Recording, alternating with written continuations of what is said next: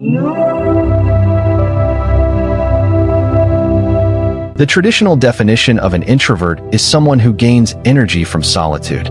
It's a beautiful, stoic way to live, but there is a darker version of this that we rarely discuss.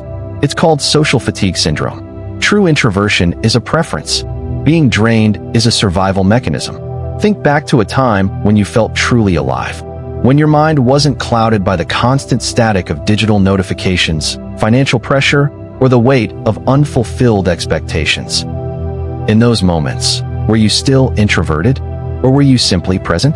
When your nervous system is in a constant state of high alert, your brain begins to view other people not as a source of connection, but as a source of threat. Every conversation becomes a task. Every smile becomes a performance.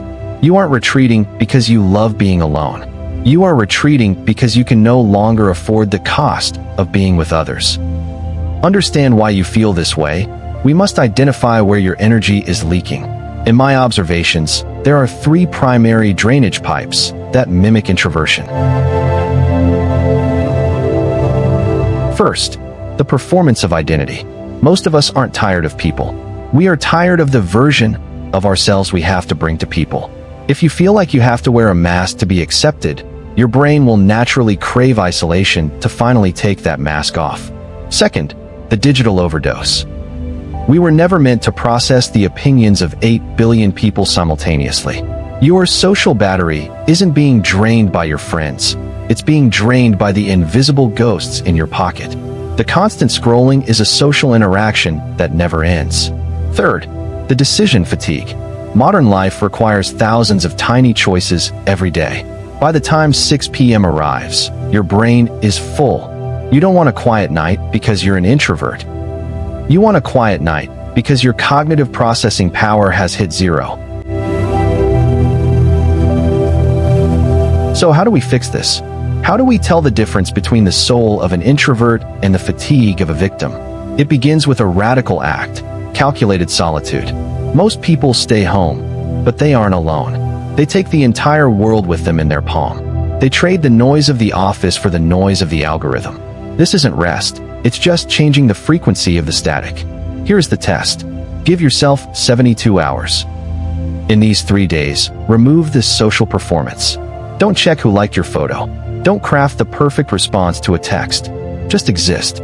If, after 3 days of true, silent rest, you find a small spark flickering in your chest, a sudden desire to reach out to a friend, a need to share a thought, or simply a hunger to be seen, then you have your answer. You weren't an introvert. You were just running on an empty tank. Don't let a temporary state of exhaustion become a permanent part of your identity. We often build walls around ourselves and call them boundaries, but sometimes those walls are just shields we built because we were too tired to fight. You are capable of deep, vibrant connection, but you cannot give what you do not have. You cannot pour from a cup that has been cracked by the weight of the world. The world is loud enough. It will try to convince you that you are small, that you are antisocial, or that you are broken. Do not let the noise tell you who you are. Maybe you don't need a smaller life. Maybe you just need a deeper rest. Take a breath. Right now, feel the air enter your lungs and realize that this moment of breath is the only thing you truly owe the world. Forgive yourself for the invitations you declined. Forgive yourself for the people you couldn't be there for when your own house was on fire. Start protecting your energy like it's the most valuable currency you own, because it is. It is the fuel for your creativity, your love, and your purpose. Before you go, I want you to perform a silent audit of your existence. Close your eyes for a moment and look back at the last 30 days. I want you to mentally strip away the layers. Strip away the work emails. Strip away the household chores. Strip away the mindless digital noise that fills the gaps in your day. What is left when the stage is empty? In that quiet space, ask yourself, when was the last time you felt truly energized by a conversation? I'm not talking about being polite at a dinner party. I'm not talking about being present during a meeting.